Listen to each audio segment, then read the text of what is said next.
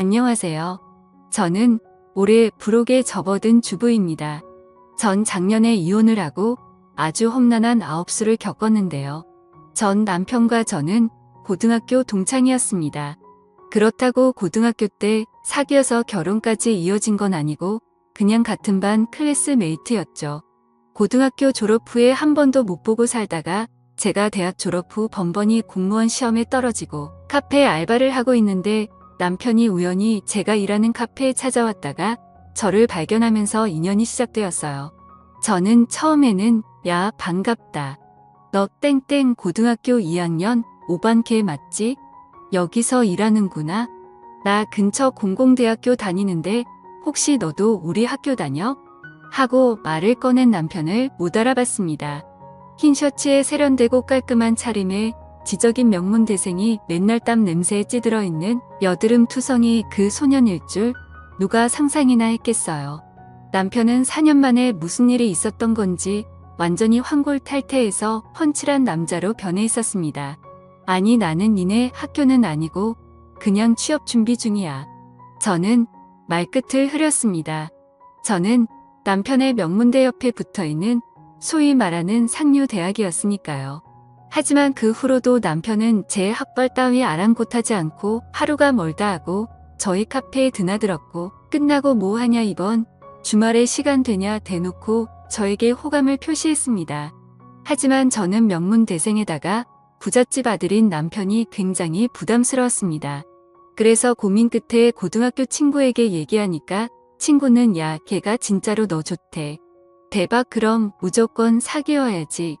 걔네 엄마 강남 건물 주잖아.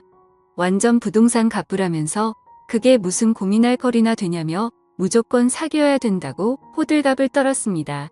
저는 서울 상류대학 졸업하고 공무원 시험도 떨어지고 취업도 번번이 낙방해서 여전히 제 학생들이랑 같이 카페에 알바나 하고 있는 데다가 저희 집은 부모님이 시골에서 농사 짓고 있어서 조건으로 따지면 비교도 안 되는 상황이었거든요.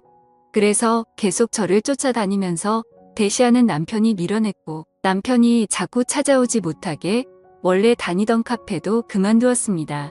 그리고 다른 동네 카페로 옮겼는데 남편이 어떻게 알고 여기까지 찾아왔더라고요. 알고 보니 제 고등학교 친구한테 전화해서 통사정을 했대요. 자기는 저 아니면 안 된다고 이렇게 다시 만난 건 운명이고 기적인데 이런 운명을 놓치면 평생 후회할 것 같다고 도와달라고 했다네요.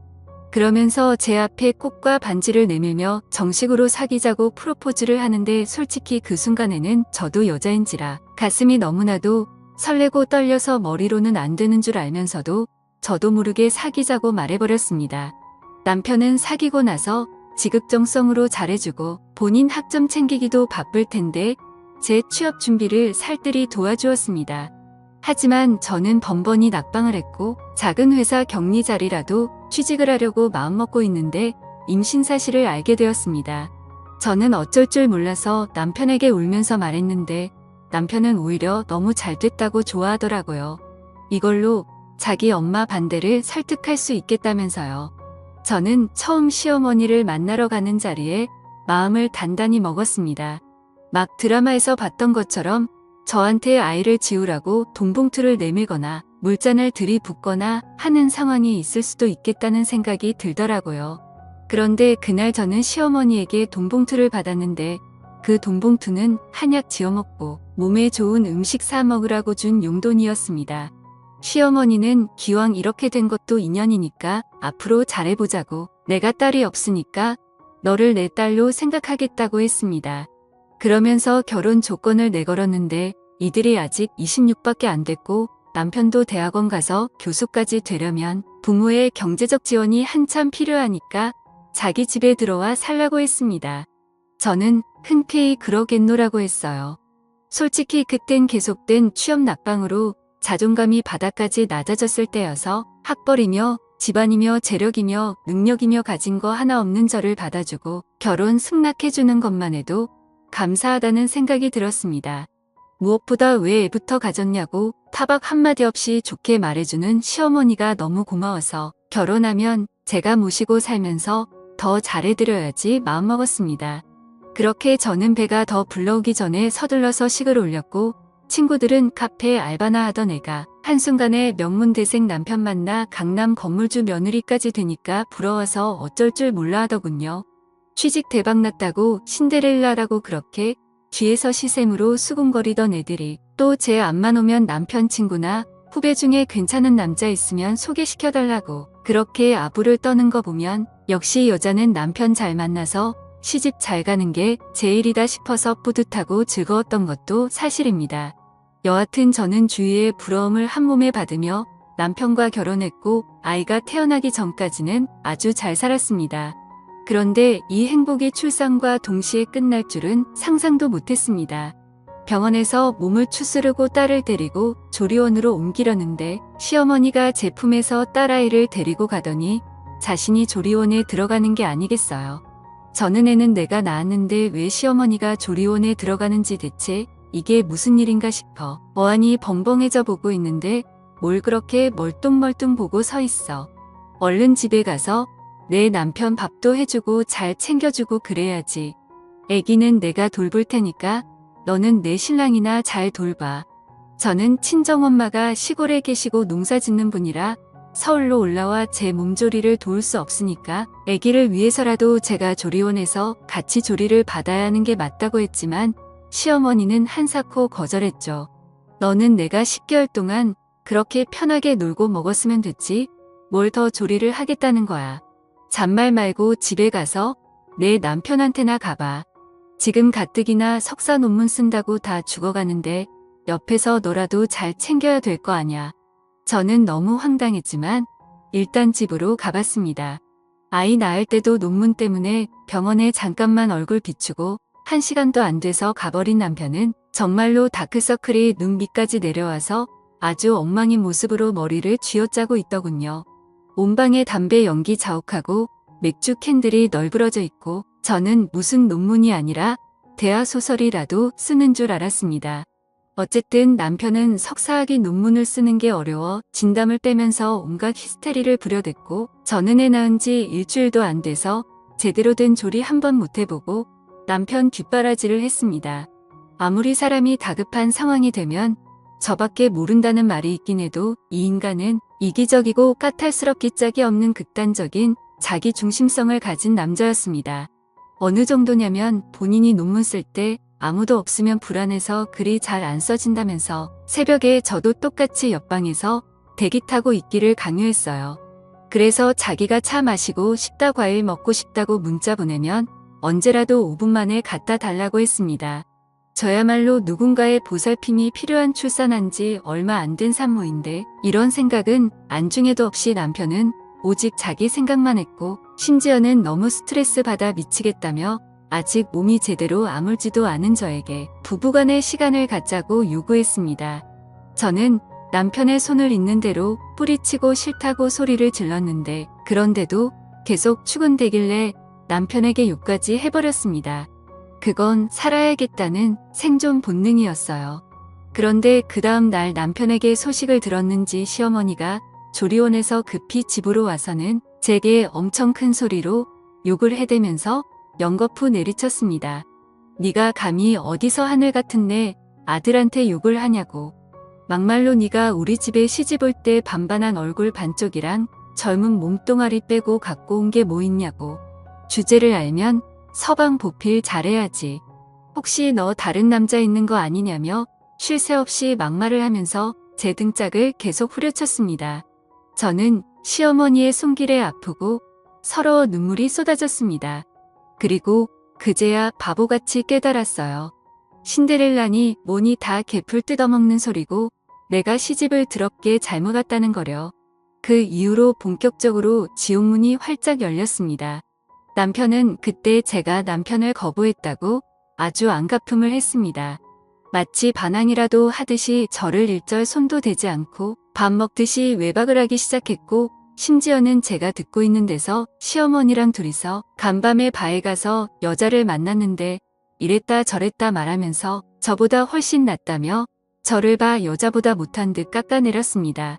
저는 당장에 애를 데리고 집을 나와 이혼해버리고 싶었지만 그래도 시어머니가 돈은 많아서 딸아이에게는 최고로 먹이고 입히고 아낌없이 투자했기에 저는 아이를 생각해서 일단은 이를 악물고 참을 수밖에 없었습니다. 그 후로도 시어머니는 저를 종처럼 취급하면서 가사 도우미가 있는데도 김치를 담그거나 손 많이 가는 온갖 고된 일 힘든 일은 일부러 저한테 시켰고, 제가 몸살기라도 보이고 조금이라도 힘든 기색을 보이면 갑자기 친구들을 불러 모아서 집에서 점심 모임을 가졌습니다. 물론 일부러 구절판이니 신선로니 손 많이 가는 메뉴로 준비시켰죠.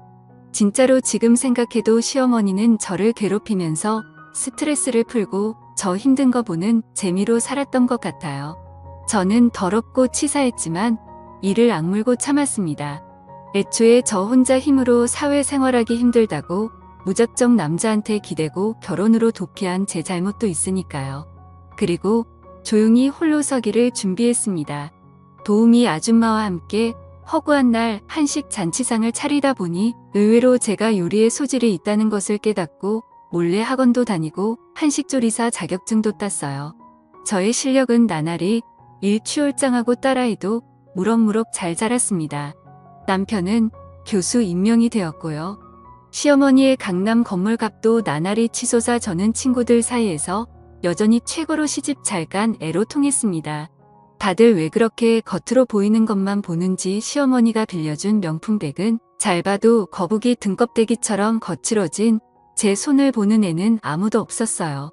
그러던 어느 날이었습니다. 제가 배운 학원 스승님이 제 한식 실력이 출중하다면서 본인 한정식 집에서 일을 배우라고 제안을 해주었는데, 이 한정식 집에만 잘 자리 잡으면 월 500은 기본으로 가져갈 수 있고 앞으로 제 식당을 차릴 수도 있는 너무 좋은 기회였습니다. 드디어 저에게 홀로 서기를 할 기회가 온 것이지요. 때마침 딸도 곧 초등학교를 졸업하니까 마침내 이혼을 할 절호의 찬스였습니다. 저는 그동안 시어머니와 남편의 막말을 녹음한 파일을 가지고 변호사 사무실을 찾았습니다. 그랬더니 변호사가 물론 지금 가진 증거들로도 소송은 진행할 수 있지만 왜 그 당시 이혼 안 하고 살았냐고, 상대방 변호사가 물고 늘어질 수 있기 때문에 과거의 바람보다는 현재의 바람의 증거를 잡는 게 가장 중요하다고 하는 겁니다. 저는 그래서 남편이 현재 바람피는 증거를 잡기 위해 남편에게 술을 잔뜩 먹여 재우고서는 본격적으로 남편의 핸드폰을 열었습니다. 다행히 지문 인식 방식이어서 잠자고 있는 남편의 손가락을 이용해 쉽게 풀 수 있었어요. 그렇게 남편의 핸드폰을 살펴본 후 저는 그만 깜짝 놀라 소리를 지를 뻔했습니다. 저는 그동안 남편이 단순히 술집 여자들과 시간을 보내는 줄 알았는데, 남편이 만나는 여자는 자기가 가르치는 사학과의 재학생이었습니다. 그것도 그러니까 15살이나 어린 같은 학과 후배일 수 있겠네요. 그 어린 상간녀는 20살로 과거에 제가 처음 남편을 만난 나이와 같은 나이였습니다. 남편과 그 아이가 나누는 대화를 보고 저는 기가 막혀 헛웃음이 나올 뻔했어요. 강산도 뒤바뀔 세월이 지났는데 남편이 그 여자한테 작업 거는 수작이 그 옛날 저를 대하는 것과 너무 똑같아서 참 진짜 지질이 안쓰럽더군요. 그 여학생도 집이 어려운지 패스트푸드 가게 알바를 하던 아이였는데 남편이 공부를 도와주겠다, 취업 준비를 도와주겠다고 꼬셔서 접근했더군요. 그 감언이설을 보고 있자니 참 시대가 어느 시대인데 이런 쌍팔년도 수법에 넘어가는 그 여학생도 참 모질이 중에 모질이라서 있다기보다는 오히려 불쌍하더군요. 저는 그 여학생과 남편의 메시지 내용과 같이 찍은 사진 동영상 등을 전부 제 핸드폰 동영상으로 찍어 놓았습니다. 그리고 다음 날이 밝자마자 제 개인 노트북에 증거자료를 전부 따로 저장하고 짐을 싸서 그 지옥 같은 집에서 딸아이를 데리고 나왔습니다. 그리고 초등학교 입학학년인 딸아이에게 아빠에게 다른 여자가 생겨서 엄마랑 아빠가 더는 같이 못 살 것 같다고 솔직하게 말했습니다. 그랬더니 딸아이가 의외로 담담하게 언젠가 엄마가 이럴 줄 알았다면서 자기도 할머니랑 아빠가 엄마한테 하는 짓 보면서 이혼하고 엄마랑 둘이서 살고 싶었다고 하는 게 아니겠어요. 어려서 아무것도 모를 줄 알았던 딸이 오히려 저를 위로해주자 저는 눈물이 왈칵 쏟아졌습니다. 엄마랑 둘이 살면 너 지금까지 했던 발레며 피아노며 미술이며 과목별 개인 교습이며 다 당분간 못해줄 수도 있는데 괜찮겠냐고 하자 자기는 저만 있으면 된다고 하더군요. 딸의 그 말에 그동안 지옥 같은 결혼 생활이었지만 큰 보물을 얻은 것 같아 헛살지는 않았구나 싶어서 한참을 부둥켜 안고 울었습니다. 그리고 시골 친정집으로 아이와 함께 내려가서 부모님께 자초지종을 말씀드리고 상간녀와의 사진, 동영상, 메시지 등 증거자료를 전부 남편과 시부모에게 전송 후 변호사를 통해 이혼 소장을 보냈습니다. 그리고 전화로 얘기했어요. 합의 이혼 안 해주면 이 증거자료들을 남편 학교 공식 계정에 보내겠다고요. 그리고 지난 14년간 당신네 모자 무료로 가사노동 및 종살이한 비용과 정신적 피해 보상 및 위자료로 10억을 요구했습니다. 그러자 아직도 사태 파악을 못한 시어머니는 이게 머리가 어떻게 된 거 아니냐며 한밤중에 저희 친정집으로 내려와 시끄럽게 대문을 두드리는 게 아니겠어요. 그러자 저희 엄마는 커다란 양동이에 물을 들고 나가 그 여자한테 뿌렸습니다. 이런 짓을 해놓고 감히 어디서 찾아오냐고, 다시 한번 찾아오면 그땐 경찰 신고하고 당신 아들이 무슨 짓 했는지 전부 다 까발리고 학교며 신문사에 전부 다 뿌려서 개망신 줄 거라면서 소리치는 저희 엄마를 보고서야 그 여자는 깨갱했습니다. 맨날 촌에서 농사 짓는다며 무시하던 사돈이 서슬퍼렇게 소리를 지르자 정신이 번쩍 들었던 거죠. 그래도 정신 못 차린 그 여자는 아니, 사돈 남자가 사회생활하다 보면 한두 번 바람필 수도 있고 또 우수한 제자가 있으면 친하게 지낼 수도 있는 거지, 겨우 이 일로 이혼하면 대개 딸도 이혼녀 딱지만 달고 한번 손탄 여자라고 이 남자 저 남자가 우습게 보고 찝적댈 텐데 더 하겠어요. 그러다 신세 망치면 집안 망신이야 하며 개소리를 늘어대던 시어머니는 미처 말을 마치지 못했습니다.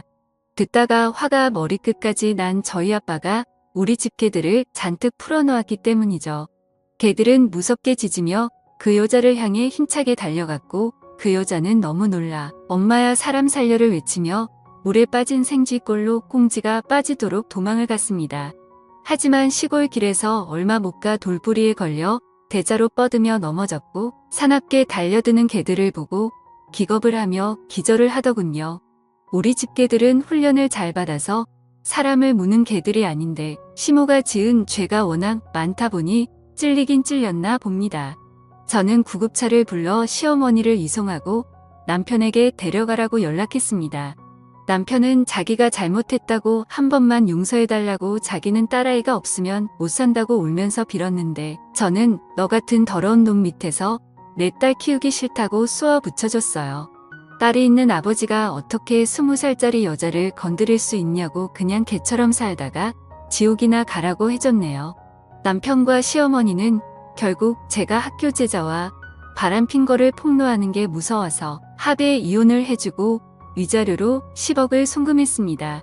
저는 그 돈으로 서울에 집을 얻고 지금 한정식당에 근무하면서 딸과 함께 하루하루 열심히 살아가고 있어요. 듣자 하니 남편은 그 제 버릇 못 고치고 개짓거리 하다가 이번에는 제대로 꽃뱀한테 물렸나 보더라고요. 듣자 하니 그 꽃뱀이 한몫 단단히 잡으려고 작정을 했는지 시어머니 건물 반을 합의금으로 요구하고 있나 보던데 참 그때 이혼한 게 얼마나 다행인지 모릅니다. 아무것도 모르는 친구들은 바람 그까짓 게 뭐라고 건물주 며느리의 교수 부인 자리를 박차고 나오냐고, 지금도 제 복을 제가 차버렸다고들 하지만 저는 속으로 코웃음을 칩니다. 어줍지 않게 남자 믿고 신데렐라 꿈꾸다간 인생 한 방에 훅 갈 수 있으니까요. 이 다음에 딸한테도 말할 겁니다. 괜히 남자한테 기대려다가 피 보는 수가 있으니 내 능력부터 갖추고 한 번뿐인 인생 누구에게도 휘둘리지 말고 더 자신을 아끼면서 살라고요. 감사합니다.